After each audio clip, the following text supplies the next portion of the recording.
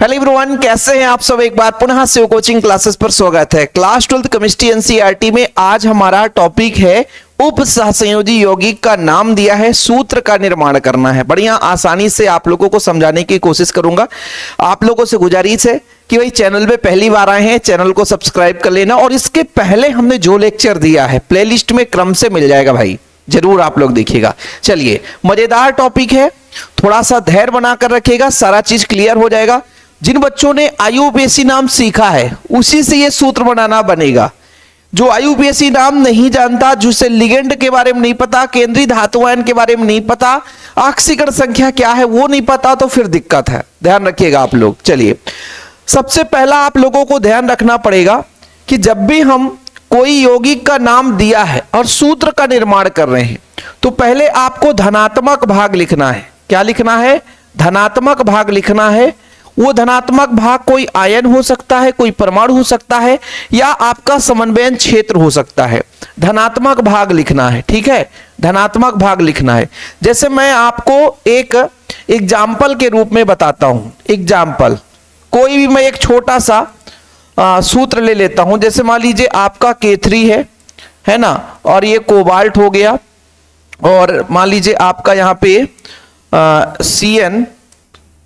CN का whole twice है ना, और NH3 है। सिर्फ इतना समझो। अभी इस यौगिक में कोई भी यौगिक हो सकता है, अभी समझने के लिए मैं सिर्फ लिखा हूं। अभी इसमें यदि मैं इसको बांटूंगा तो दो भाग बनेगा, ये धनात्मक भाग बनेगा और ये ऋणात्मक भाग बनेगा। सिर्फ समझाने के लिए बताया गया है, ठीक। यहीं पे यदि कुछ इस तरीके से यौगिक नजर आ जाए, जैसे मान लीजिए आपका केंद्रीय धातु परमाणु आयरन है, यहां पर CN का होल ट्वाइस है, ठीक है, और यहां पर Cl, ठीक है, ऐसा है। अभी सिर्फ इतना समझो। मैं अभी इसमें कोई लॉजिक नहीं लगाया हूं, अपने से लिख दिया हूं बस। अब इसको मैं यदि तोड़ूंगा तो इसका दो भाग बनेगा, एक आपका ये धनात्मक भाग और एक आपका ऋणात्मक भाग। तो हम नाम से ही पता कर लेंगे कि कौन सा धनात्मक है कौन सा ऋणात्मक, आप निश्चिंत रहे। तो पहले अपन को इस भाग को लिखना है, पहले धनात्मक लिखना है फिर ऋणात्मक। यदि इस तरीके से यौगिक बनेगा तो पहले आपको धनात्मक फिर ऋणात्मक लिखना है। क्लियर? धनात्मक आपका इसमें ये है, धनात्मक इसमें आपका ये है। क्लियर? चलिए, अब जब हम लिखते हैं बच्चों, दूसरा पॉइंट याद रखिएगा, धनात्मक भाग लिख लेंगे। धनात्मक भाग में यदि आपका उप सहसंयोजी क्षेत्र आ गया, उप सहसंयोजी क्षेत्र आ गया, तो पहले आपको केंद्रीय धातु परमाणु लिखना है। यहां पे जो रहता है वो आपका केंद्रीय धातु परमाणु है। क्या है?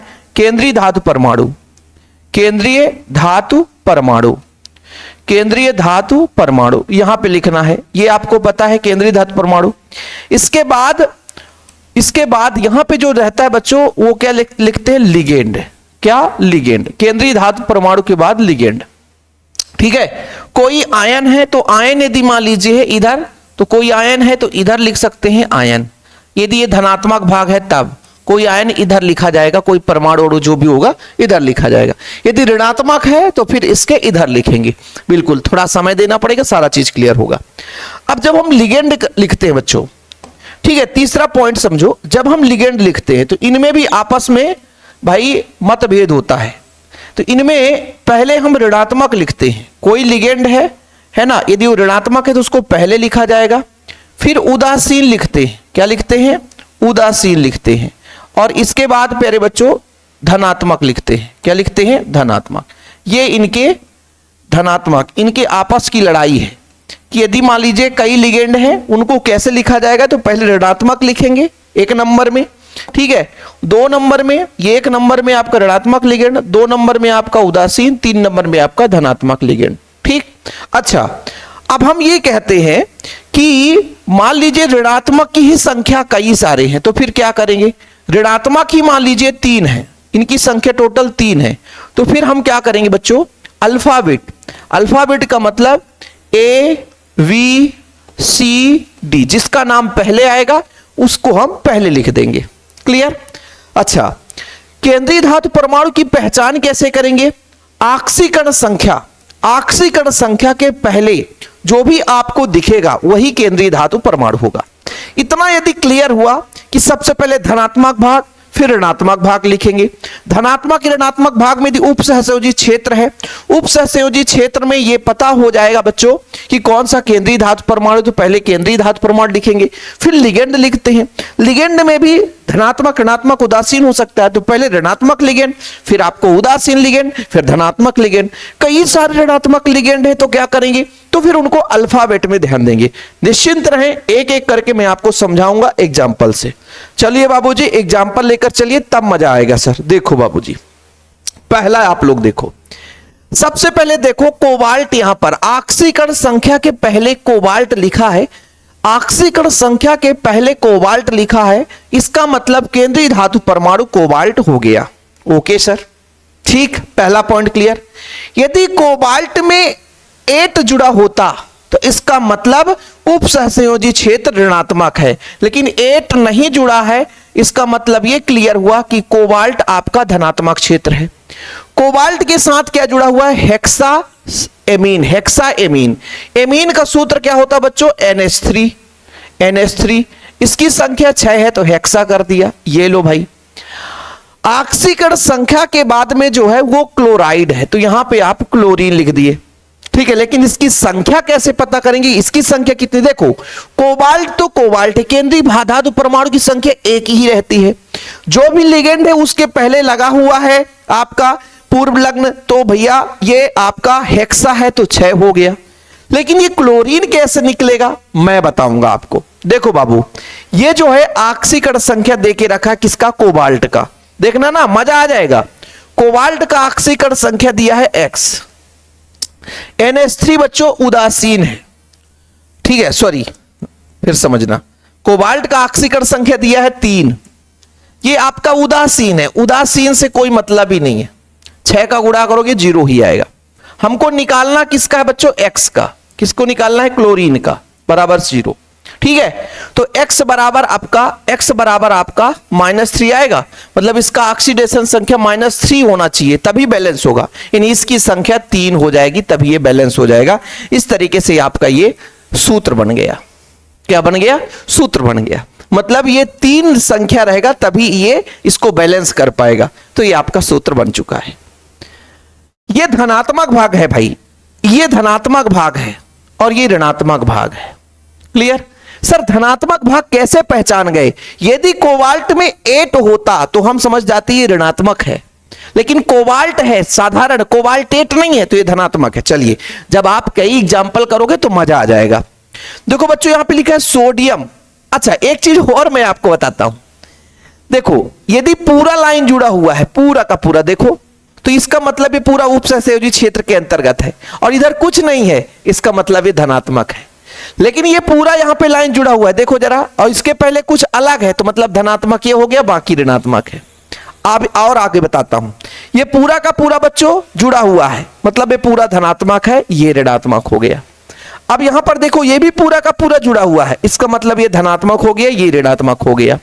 जरा यहां पर गौर करना, ये आपका बच्चों अलग है तो ये धनात्मक हो गया, बाकी बचा ऋणात्मक हो गया, ठीक है। और भी बताता हूं, ये आपका अलग है तो ये आपका धनात्मक हो गया, बाकी का ऋणात्मक हो गया। ऐसे पहचान करना आसान है बाबूजी, ये आपका धनात्मक हो जाएगा, इधर ऋणात्मक होगा। ये डाइक्लोरो-20 है, ये अलग है भाई, ये धातु नहीं है, डाइक्लोरो है तो ये एक साथ है भाई, ये कहां तक, तो ये सल्फेट है, ऑक्सीकरण संख्या के बाद में कोई है मतलब ये ऋणात्मक है, ये आपका धनात्मक हो गया, ठीक है। ये हेक्सा एक को, ये पूरा धनात्मक हो गया, ये आपका ऋणात्मक हो गया। ऐसे बच्चों क्लोरो-20 नाइट्रेट आयन, इसमें तो कोई दिक्कत ही नहीं है, इसमें आयन बस रहेगा तो आयन लिख लेंगे, आयन रहेगा, ये धनात्मक ऋणात्मक आयन एक बताएगा, आयन है इसका, नाइट्रेट है इधर ना, ये नेगेटिव है, क्लोराइड है ना इधर नेगेटिव है, ये आपका धनात्मक है। आप भी आप देख लो ना, ऑक्सीकरण संख्या के बाद है तो ऋणात्मक है, बाकी धनात्मक है। यहां भी आप देख सकते हो, यहां पर भी आप देख सकते हो कि ऑक्सीकरण संख्या के बाद है तो ये ऋणात्मक है, ऑक्सीकरण संख्या ऋणात्मक है और बाकी इधर धनात्मक है, ठीक है। ये ऑक्सीकरण संख्या के बाद ये ऋणात्मक है, बाकी धनात्मक है, क्लियर, समझ में आ गया भाई, ठीक है सर। कुछ चीजें क्लियर हुई होगी, तो पहला आप लोगों को कंप्लीट है, आगे बात करते हैं दूसरा। देखो आज मैं बताता हूं कि भाई आप लोग सीख जाओगे, दोबारा आप लोगों को परेशान नहीं होना पड़ेगा। चलो यहां पर देखो सोडियम है भाई, तो ये अलग हो गया, पहले बताया ये अलग हो गया, मतलब ये आपका धनात्मक भाग डिसाइड हो गया, ऋणात्मक हो गया। सोडियम की संख्या हमको नहीं पता तो हमने सोडियम लिख दिया, बस संख्या हमको नहीं पता, हम देख लेंगे बाद में। केंद्रीय धातु परमाणु कौन है, प्लेटनेट, प्लेटिनेट, प्लेटिनेट मतलब प्लेटिनम। ये हमने केंद्रीय धातु परमाणु की बात कर ली। मतलब क्या क्या लिख गया, ये भी लिख गया अपना, ये भी अपना लिख गया। एमीन बचा है, इसको लिखना है, नाइट्रो लिखना है, क्लोरो लिखना है। एमीन ये उदासीन है, लेकिन उसके पहले नाइट्रो और क्लोरो है, तो क्लोरो ब्रोमो भी है, ब्रोमो भी है भाई। तो पहले बी आएगा कि सी आएगा? तो पहले ब्रोमो आएगा, पहले क्या आएगा? ब्रोमो आएगा, फिर क्लोरो आएगा। इनकी संख्या सिंगल सिंगल, नाइट्रो है तो NO2 नाइट्रो हो गया, नाइट्रो हो गया। फिर बच्चों इसमें N बता के रखा है, एमीन भी है, उदासीन है, तो NH3 एमीन कर दिया, ठीक है, ये एमीन कर दिया। फिर आपका ब्रैकेट बंद, ठीक है। अच्छा, इसमें आप बताओ सोडियम की संख्या कितनी है? चलो मैं बताता हूं ना, देखना, गौर से देखना आप लोग। इसका हमको निकालना है, X कर दो। प्लेटिनम का ऑक्सीकरण संख्या 2 है सर, 2 कर दो। ब्रोमीन का होता है -1, क्लोरीन का होता है -1, नाइट्रो का होता है -1, NH3 कितना होता है भैया अपना? 0 बराबर 0, ठीक है। अब बताओ जरा, ये 2 से 2 कट जाएगा, X की वैल्यू 1 ही आएगी, तो सोडियम 1 ही रहेगा, सोडियम 1 ही रहेगा, इसमें 2 लिखने की जरूरत नहीं रहेगी, सोडियम की संख्या 1 ही रहेगी। क्लियर? ये बन चुका है। चलो आगे चलते हैं। इसमें हमने कहा कि ऑक्सीकरण संख्या के बाद यदि कोई भी आपको परमाणु दिख जाए, मतलब वो ऋणात्मक है, बाकी का बाकी धनात्मक है, बाकी का बाकी धनात्मक है, बाकी का बाकी धनात्मक। यदि उप सहसंयोजी क्षेत्र पूरा धनात्मक हो जाए तो ये लो, और भैया ये कोबाल्ट केंद्रीय धातु परमाणु है, कोबाल्ट केंद्रीय, या ऑक्सीकरण संख्या के पहले ये एक आपका केंद्रीय धातु परमाणु है। अब क्या क्या चीज है? Tetra amine di aqua. Amine भी उदासीन है, एक्वा भी उदासीन है। एमीन AM, एक्वा AQ, तो AM पहले आएगा कि AQ? तो AM पहले आएगा, तो लिखा है टेट्रा एमीन।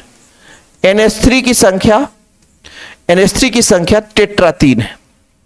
उदासीन दोनों हैं, लेकिन एमीन पहले आएगा कि एक्वा? तो भाई एमीन पहले आएगा, एक्वा बाद में आएगा। AQ है H2O, इसकी संख्या कितनी है? एक्वा की संख्या कितनी है? Di aqua, di aqua. फिर कोबाल्ट, तो कोबाल्ट तो लिख ही दिया हमने, ये लो भाई। क्लोराइड मतलब यहां पे क्लोरीन लिख दिया हमने।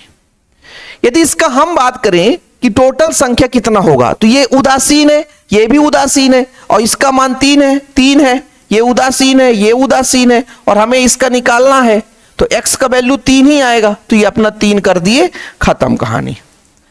इसकी संख्या, मेन इसकी संख्या निकालना कठिन रहता है, तो केंद्रीय धातु परमाणु का ऑक्सीकरण संख्या दिया रहता है, इसी आधार पर आप लोग निकालोगे। ओके सर, आगे बात करते हैं। यहां पर देखो जरा, ये नाइट्रेट है, क्या है? नाइट्रेट। और ये अपना बच्चों पूरा का पूरा धनात्मक भाग हो गया, और इधर ऋणात्मक भाग हो गया। लेकिन क्रोमियम यहां पर केंद्रीय धातु परमाणु पहले क्रोमियम है, तो आप लोग क्या करोगे? क्रोमियम लिख दोगे, ठीक है। यहां पर क्या क्या है? Tetra aqua dichloro, dichloro, dichloro मतलब डाइक्लोरो, टेट्रा एक्वा, टेट्रा का मतलब होता है 3, डाई मतलब 2, ट्राई मतलब 3, टेट्रा मतलब 4। ओहो हो, टेट्रा एमीन। अच्छा सर, यहां पे भी गड़बड़ कर दिए हो सर आप, टेट्रा लिखा है, टेट्रा एमीन है, और यहां पे भी गड़बड़ कर दिए कि टेट्रा एक्वा, टेट्रा, हाँ भैया देखते रहना, गड़बड़ ना होने पाए। Tetra aqua dichloro, dichloro chromium, ठीक है सर। नाइट्रेट NO2 की NO3 होगा, NO3 होगा नाइट्रेट का, ठीक है। और इसका 2 और 1 निगेटिव, ठीक, ये अपना हो गया टेट्रा नाइट्रेट NO3। चलिए ठीक है भाई। सर इसकी संख्या कैसे डिसाइड कर लिए? इसकी संख्या मैं आपको डिसाइड करके बताता हूं।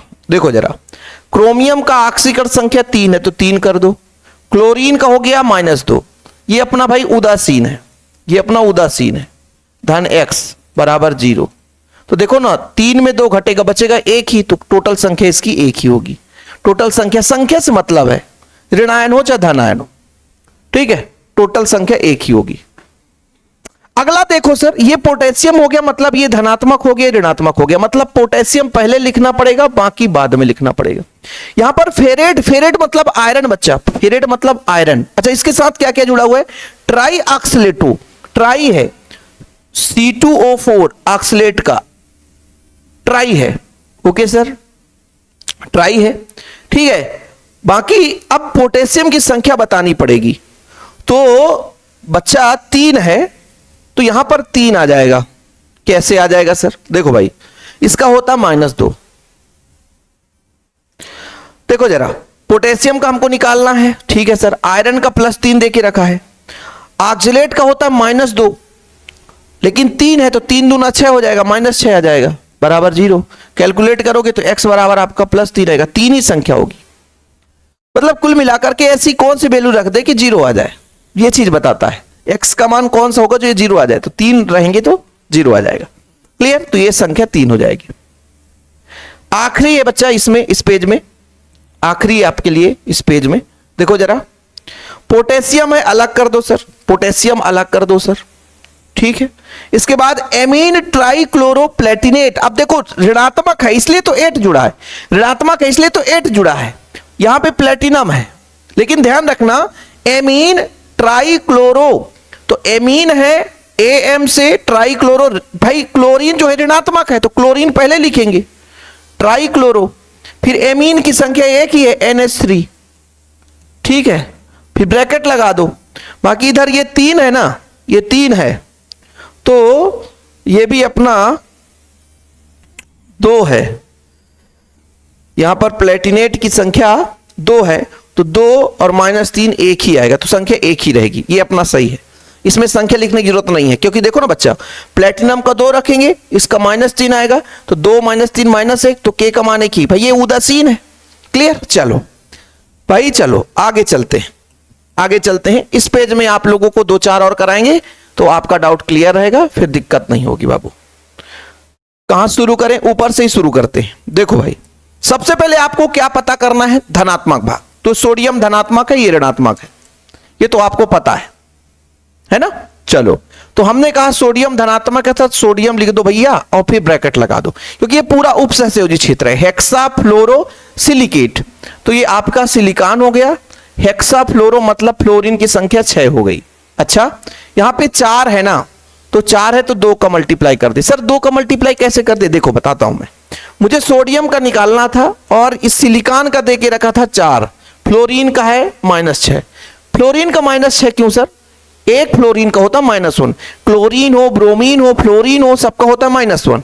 बराबर में 0 करो तो x की वैल्यू आ जाएगी 2, तो यहां पर सोडियम में मैंने 2 का मल्टीप्लाई कर दिया। क्लियर? अब यहां पर जरा पता करो, यहां पूरा का पूरा ये क्या है? उपसहसंयोजी क्षेत्र है। ये पूरा का पूरा उपसहसंयोजी क्षेत्र। कैसे सर? क्योंकि ऑक्सीकरण संख्या के बाद कोई आयन है तो ये ऋणात्मक हो गए, ये धनात्मक हो गए। ये पहली बात आप लोग पहचान लो। आगे से भी पता चल जाता है, पीछे से भी। जैसे मान लीजिए यहां पर कहीं पे नहीं दिख रहा है, ये सोडियम अलग था तो ये धनात्मक हो गया, ऋणात्मक हो। ऑक्सीकरण संख्या के बाद कुछ नहीं था। यहां पर देखो भाई, कोबाल्ट है, केंद्रीय धातु परमाणु। क्या है? कोबाल्ट है, ठीक है सर। डाइक्लोरो, 2 क्लोरीन है, ऋणात्मक है, इसलिए डाइक्लोरो आप लोग लिख दो। फिर 20 है, बहुदंतुर एथिलीन डायमीन। एथिलीन डायमीन को EN से लिखते हैं। 20 है तो ये 2 हो गई, 20 है, 20 है, 2 है। कोबाल्ट हमने लिख ही दिया, सल्फेट आपको SO4 लिखना है। देखना जरा, कोबाल्ट का 4 है, कोबाल्ट का 4 है, इसका -2 है।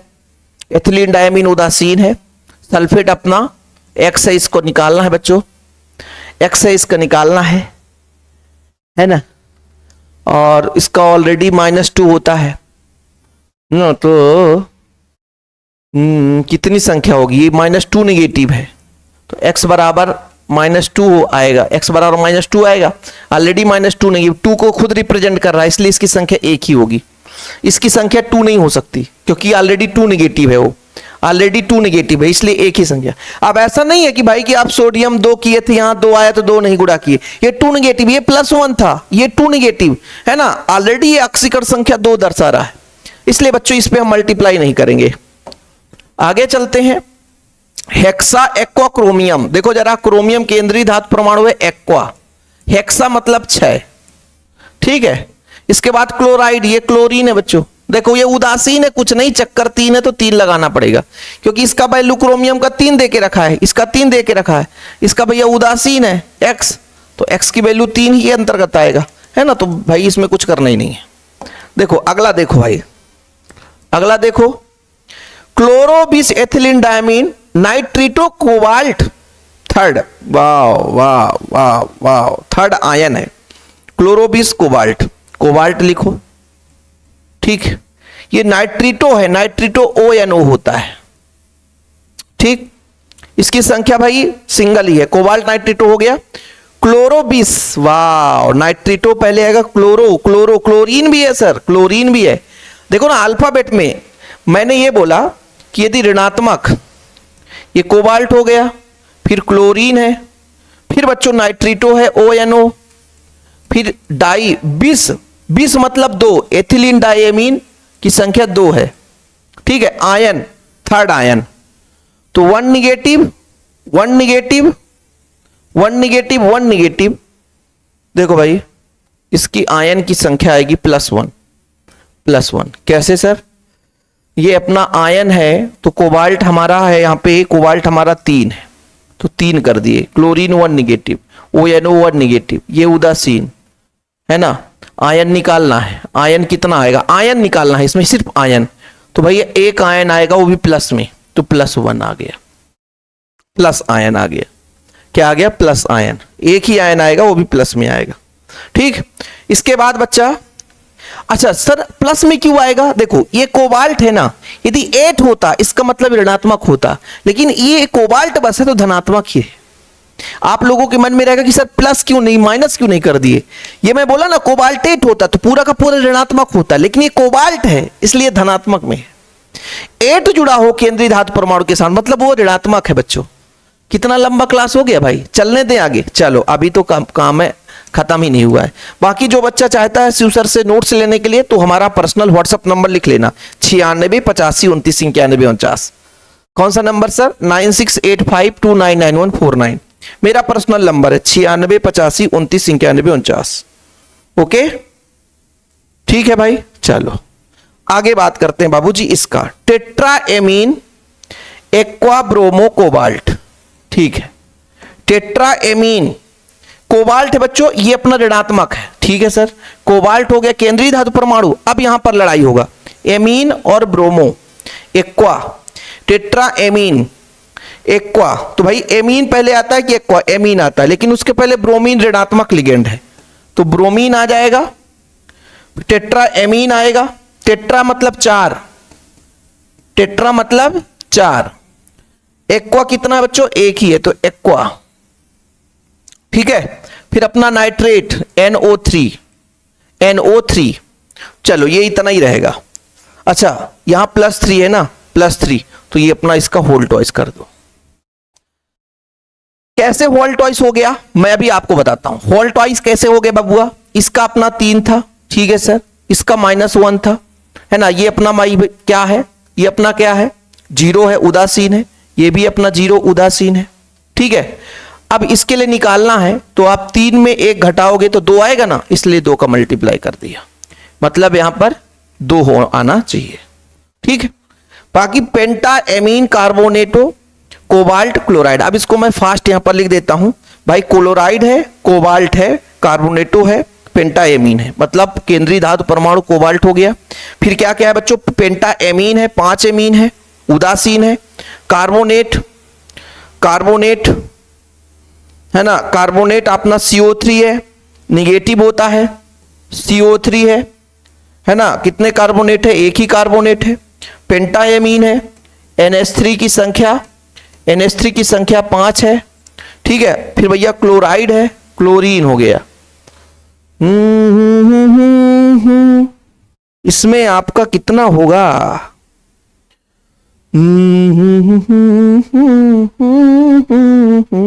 पेंटा है ना, पेंटा है, पेंटा है तो संख्या कितनी होगी जरा मैं थोड़ा चेक कर लेता हूं।